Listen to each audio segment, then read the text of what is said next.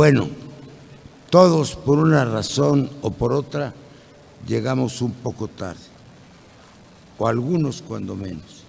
Aquí por el choque del metro que ha inundado de autobuses la ciudad, y en mi caso por llamadas de los radiofónicas en relación a los sucesos de ayer en la Cámara de Diputados, que no voy a relatar, pero que fueron duros.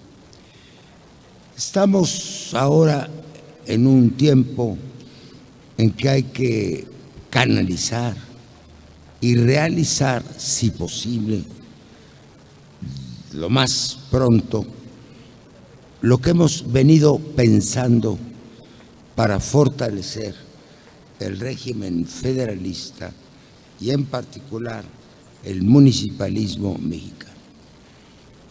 Agradezco a los organizadores del evento, creo que mi amigo Ricardo Baptista, fundador conmigo el año de 93, creo, cuando yo fui presidente de aquel PRD, de la primera asociación municipalista del país. Pocas semanas después, el PAN creó la suya, después del PRI, y luego otra del PAN, Yaro de alcaldes, Ciro de ayuntamientos.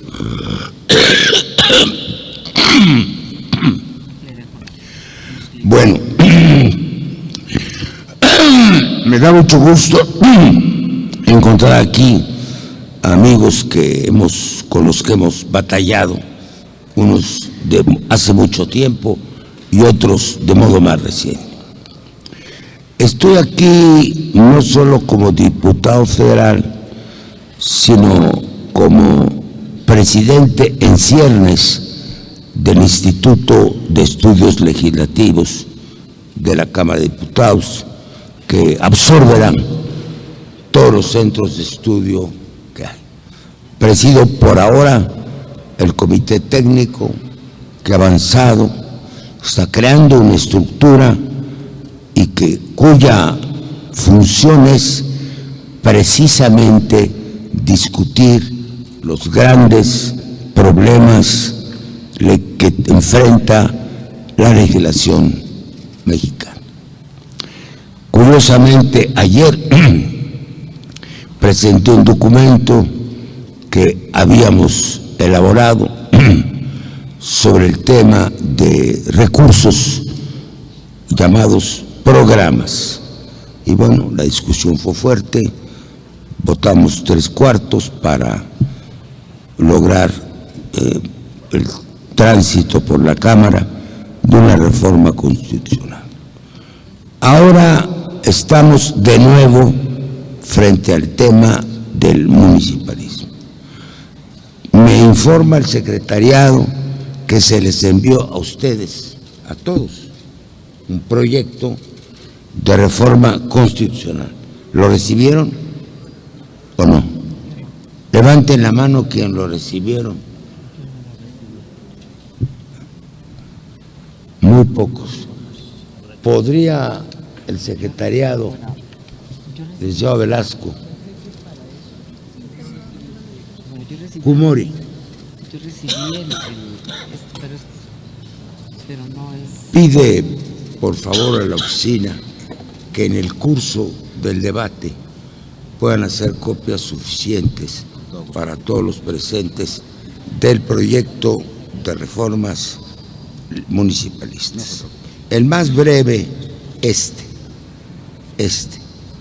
que contiene, digamos, la esencia.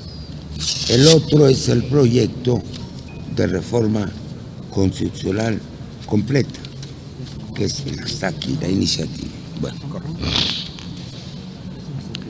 no esperaremos a nuestro convocante, que supone que era Ricardo Baptista, que inició conmigo estas tareas. Creo que llegará. Agradezco el viaje que han hecho hasta acá, pero casi todos son mis amigos.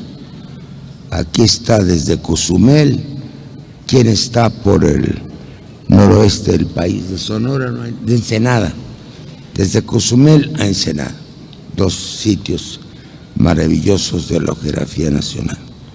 Entonces, el objetivo de este encuentro es recibir opiniones y hacer un acta circunstanciada de lo que aquí se diga. Lo que aquí se recoja va a ser aprovechado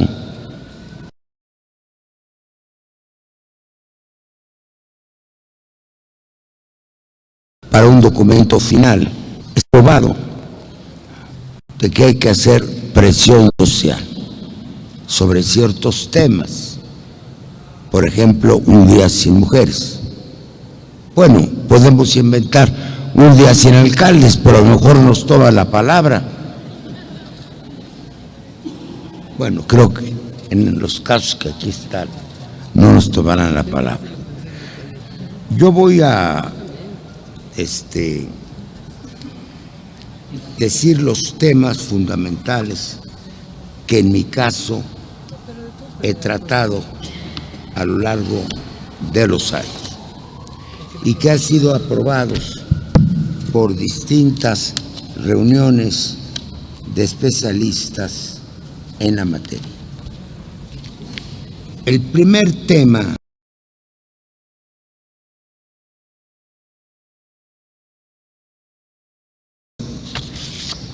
que admiré a la esencia del asunto para que ustedes vayan entrando en detalle. El gran debate, a mi entender, es de principio. ¿Existe o no la soberanía municipal? Mi respuesta es sí, por una sencilla razón o varias. Primero, no es el último eslabón de la cadena de poder, como se ha entendido en un régimen centralista de facto. Es el origen de la voluntad popular. Decía el gran maestro Arnaldo Córdoba en su tesis sobre las soberanías, es decir, en este país hay cuando menos 32 soberanías, no una sola. ¿Por qué? Porque el artículo 41 dice, y ese es lo primero que hay que modificar, el título también que se refiere a los municipios, que la soberanía popular se deposita en los poderes de la Unión y en los poderes de los estados de acuerdo a sus distintos ámbitos de competencia. Es una definición producto del centralismo, porque los poderes de la Unión mandan sobre los estados y como los municipios no existen, no son emanación de la soberanía popular.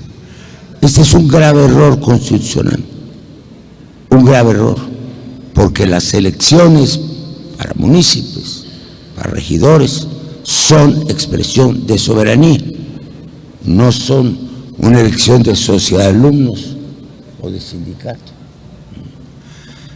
Ahora, yo he propuesto esa reforma de los poderes de la Unión, de los estados y de los municipios y alcaldías, porque ahora tenemos la figura en la Ciudad de México aquí, representada por mi amiga de siempre, Laida Sansores, que es alcalde de Contreras. Bueno, no son respetados los municipios. No ha cambiado, a pesar del cambio de régimen, no se ha modificado una relación vertical. A esto en la Unión Europea le llaman democracia territorial. Dicen que hay 3 democracias. La democracia parlamentaria, porque un gobierno es parlamentario, la que está representada por el Congreso, sean diputados de lista, o de proporcionales, o territoriales.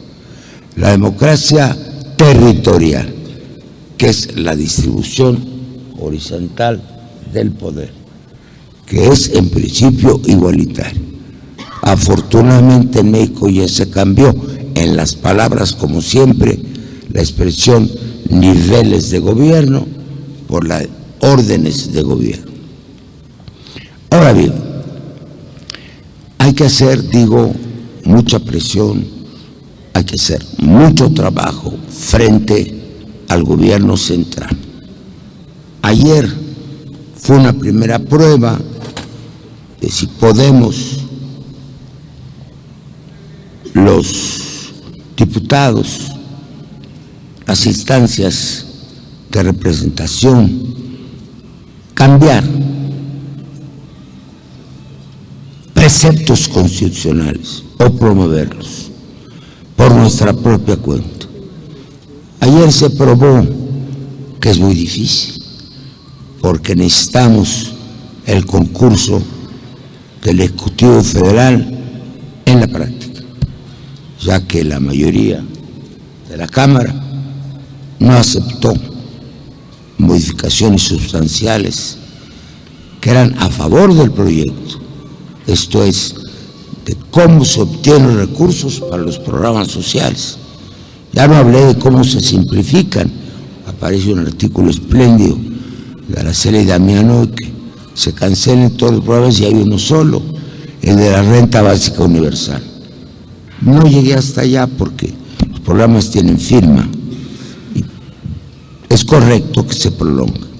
Pero volvamos a nuestra tesis. Los temas son varios. Tenemos desde luego el tema económico. Ese es el principal. Económicamente, y es lo que desgraciadamente manda el sistema constitucional mexicano y el sistema hacendario, hacen un otorgamiento de migajas de arriba abajo, las mal llamadas participaciones, que estamos acostumbrados a ellas. Pero tomemos cualquier país, digamos los Estados Unidos de América, digamos cualquiera, pues Washington no le da participaciones al estado de Oregon, o estos que estamos oyendo todos los días por las primarias. Si les dieran participaciones a los estados y a los municipios, no estaría ganando Biden, seguido de Sanders, pues todos votarían en favor de Trump. Claro, serían mantenidos del gobierno federal. Entonces, el tema de las participaciones es la clave de todo. Para cambiar un sistema de la noche a la mañana es problemático. Sin embargo, creo que hay que tener una orientación de sentido.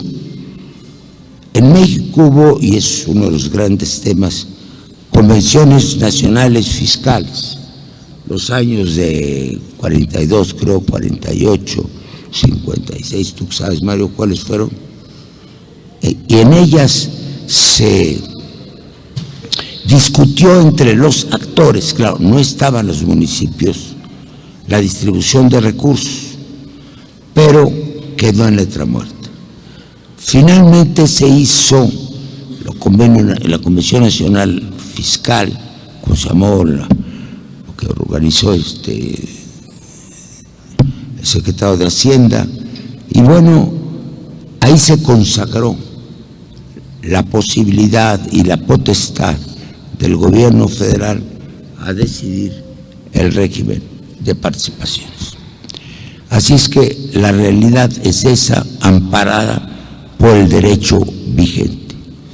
Ahora, no voy a entrar, aquí habrá mejores expertos, tengo mis ideas de carácter general de cómo pueden captar más recursos los municipios por sí mismos. Yo creo, por ejemplo, que Ciudad de Nezahualcóyotl debe captar muchísimos recursos.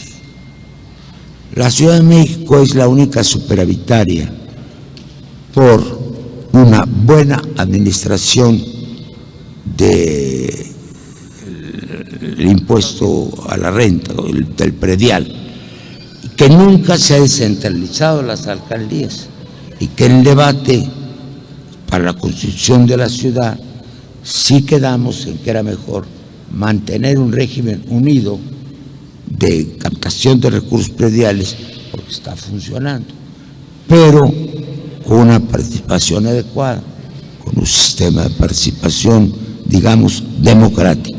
Espero que sí esté funcionando. ¿Hacia dónde apuntaría? Que es uno de los temas que están en la discusión.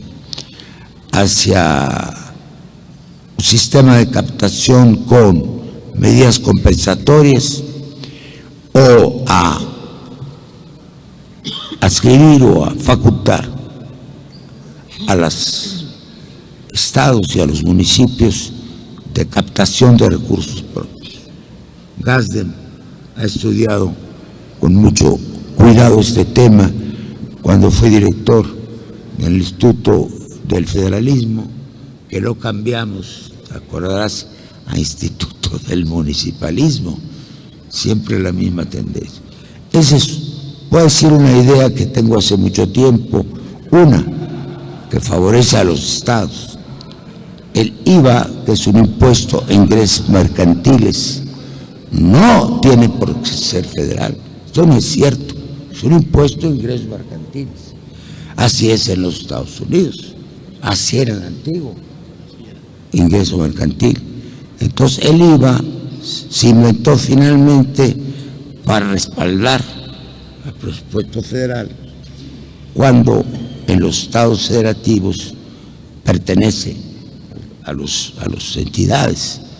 Por eso en Estados Unidos cuesta 5 o 10 centavos más una cajetilla de cigarros pasando la frontera de un lado a otro. Ahora, los municipios tienen que generarse. Creo, por ejemplo, que los municipios que tienen recursos naturales que aportan al sistema económico general del país deben quedarse con una parte del impuesto a la renta. No son todos, de luego Ensenada lo sería, de luego Cozumel lo sería por el turismo, pero habría otros por las industrias. Trabajamos en Ejutepec ese tema con Ramírez Lanat, me gustaría estuviera aquí, que es ahora director del Banco de Bienestar, y ahí sostuvimos una tesis que tuvo cierto efecto, porque es un centro industrial que produce muchísimo, pero que no dejaba nada en los estados. También, y voy a llegar a una conclusión, en Chicoacén, la gran presa Chiapas, hicimos una especie de manifiesto hace tiempo. ¿Cómo es posible que Chiapas produzca el 30% de la electricidad del país y el 20% del petróleo y sea el estado más pobre? Simplemente porque no le dejan nada. Hay una serie de subtemas que debe dejar una inversión pública o privada en un estado. El porcentaje de mano de obra que debe contratar localmente. A mí me tocó en los contratos colectivos de Pemex, llegan con todo, sí, llegan con gerentes, empleados, porque son sindicalizados, y de repente es como una invasión del planeta Marte, ¿no? Así como, ¿se acuerdan ustedes? Personajes, llegan, se instalan, no hay ninguna contratación prácticamente de mano de obra local, no dejan ningún impuesto. También la excesión de impuestos a oficinas federales es absolutamente un absurdo. Bueno, ustedes saben más que yo de esto en la práctica. Hay que tener mucha imaginación, tener un sentido compensatorio, no renunciar ni disminuir las participaciones. Aquí hay una pléyade, digamos, de presidentes municipales, cada vez que sus discute el presupuesto. Por cierto, invité al que fue director general del presupuesto de la comisión, Alfonso Ramírez Cuellar, pero no puede venir porque es el presidente de Morena, pero luchó con muchos, ustedes lo recuerdan.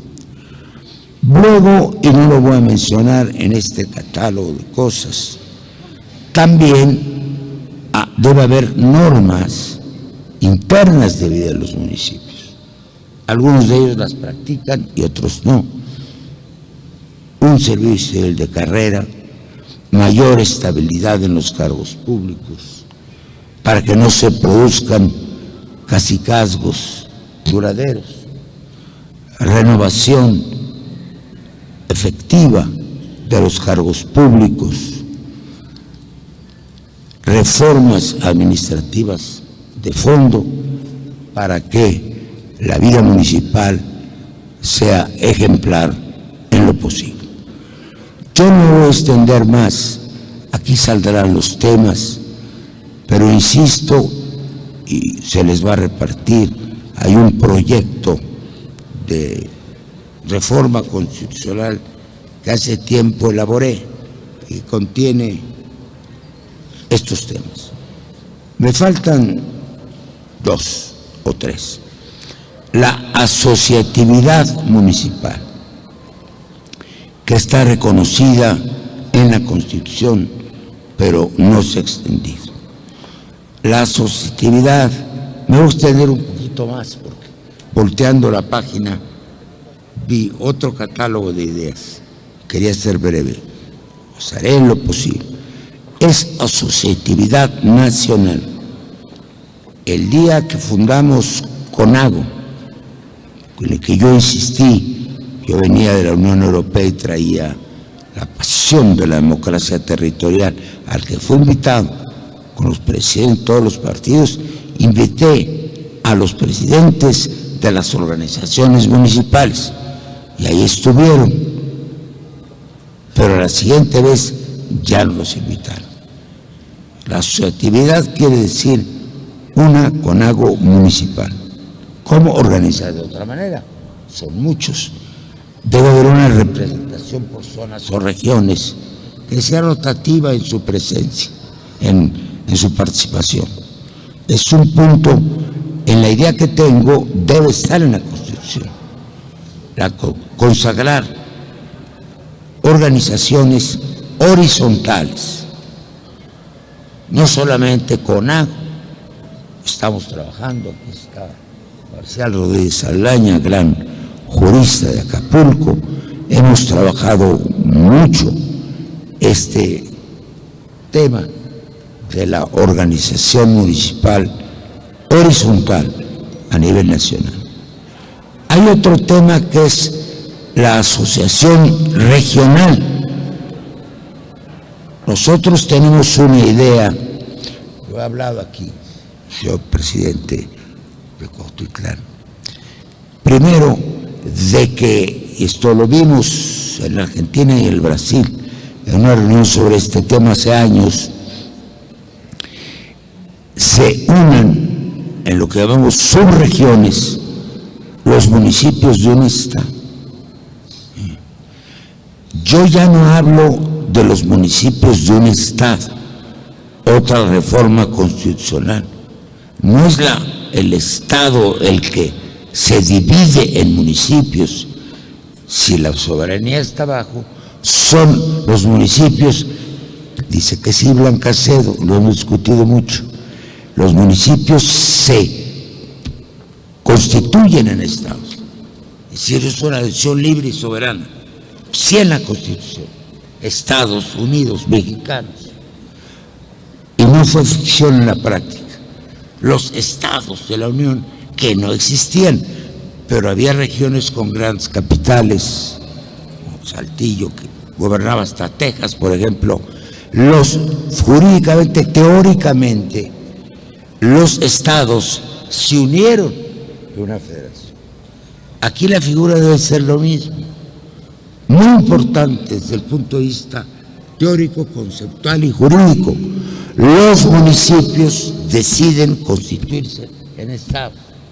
Y repito, es muy importante, No, los estados se dividen en municipios, porque ya está la inferioridad de entrada. ¿Estamos de acuerdo? Bueno, 3 temas más. La regionalización.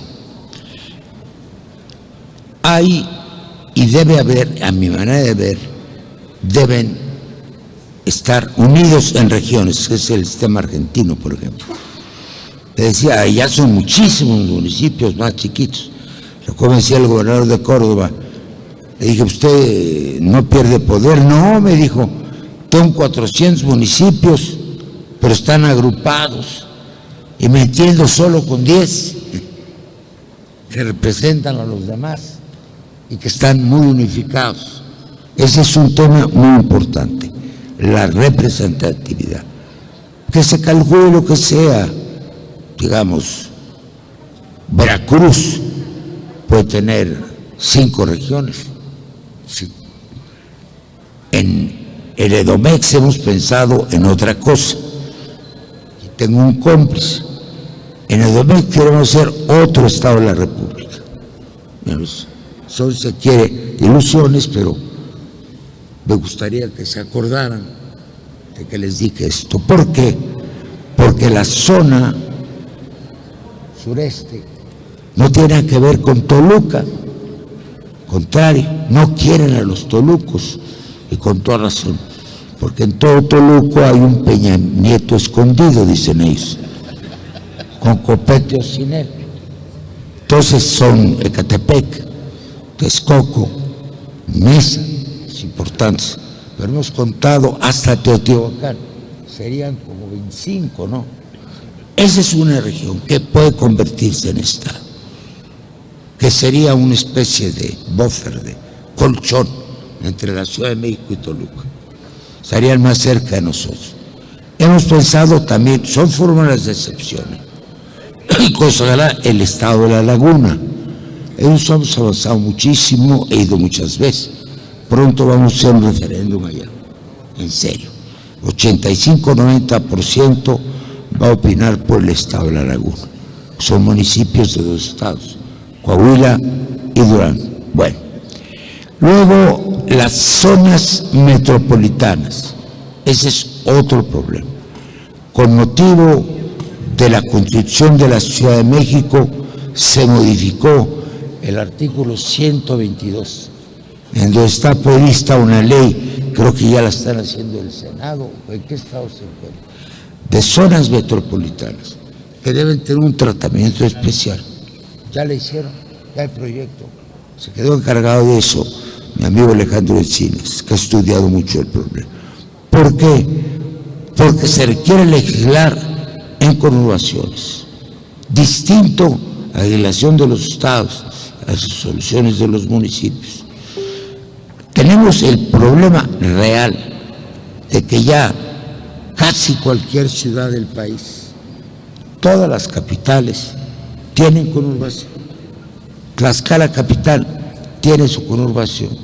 No se diga Guadalajara, no se diga Monterrey, que en el fondo es una especie de piña, de conjunto de municipios. Así es. Entonces tiene que haber una legislación específica. Por ejemplo, Tampico, Altamira y Poza Rica es otra conurbación. Tenemos el problema, y ya tengo que llegar a un final, de las más grandes conurbaciones, que son las de la frontera. Pero ahí no podemos, se puede pensar en otra figura internacional. Juárez, por ejemplo, tiene Las Cruces, tiene El Paso. Es una gran conurbación internacional. Esas también tienen sus problemas que no he resuelto y que se puede llegar a un convenio. En varias ocasiones se ha recibido hace años a municipios o a miembros de los congresos locales del sur de los Estados Unidos que también están interesados. Bueno, habida cuenta de esa, me falta otro tipo de conurbaciones que hay que respetar, que también tendrían este estatus intermedio, son los pueblos indios. Los pueblos indios, no las comunidades que están dentro de los municipios, pero que no son pueblos indios. Ustedes tendrían que plantarse el problema de Oaxaca. ¿Cuántos oaxaqueños hay en esa? 400,000 oaxaqueños hay en esa. Toda esa situación. ¿Cuántas comunidades indígenas tienen ustedes? Tenemos 40. Aquí tenemos 49 en la ciudad. en esa hay más todavía, porque reúne casi a todas. Son soluciones ad hoc. Lo que pasa es que nuestro régimen jurídico es muy rígido. Ahí quedó por años y no sabe adaptarse por las realidades. Como regímenes jurídicos de los anglosajones, las realidades van determinando reformas porque hay nuevas situaciones en el país. Bueno, falta algo muy importante: convenios. ¿Cuál es la personalidad jurídica? Los estados son generalmente los que reciben créditos. Esa era la estructura del Banco Urbano y de Obras Públicas. No le prestaba a los municipios, ¿de acuerdo? Eso lo estudiamos. Le presta a los estados.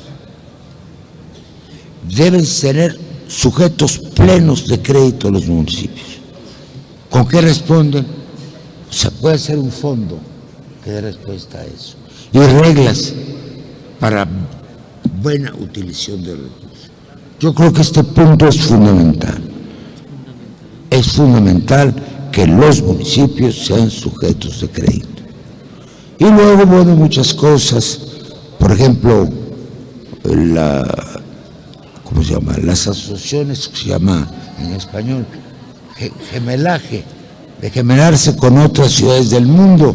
Eso yo lo hacía mucho en Europa, vincular, para que haya intercambios. Y por último ya traigo un documento que ya vamos a tratar de un problema que estamos enfrentando, al que estoy dedicado mucho tiempo, que es el de los migrantes. Acabo de recibir en la mañana un documento ya bastante descriptivo de por dónde llegan los migrantes, principalmente, y qué ciudades hay en el camino. No las voy a mencionar. En Estados Unidos hay ciudades santuario, sí, que son muchos, son como 170, que protegen sin obedecer al Estado federal, a los migrantes latinoamericanos. Aquí creo que debemos, desde Tapachula hasta Monterrey, donde acabamos de ver que son muy bien recibidos, que las ciudades del país, los municipios que quieran, sean receptores de migrantes de todo tipo y que incluso puedan recibir una bonificación del gobierno federal porque están resolviendo un problema federal. Bueno, no acabaría de referirme a una multitud de problemas, pero dejo estas inquietudes en la inteligencia de que no es un punto final, ni siquiera es un punto y seguido, es puntos suspensivos. Y los puntos siguen con sus participaciones. Muchas gracias. Muchas gracias.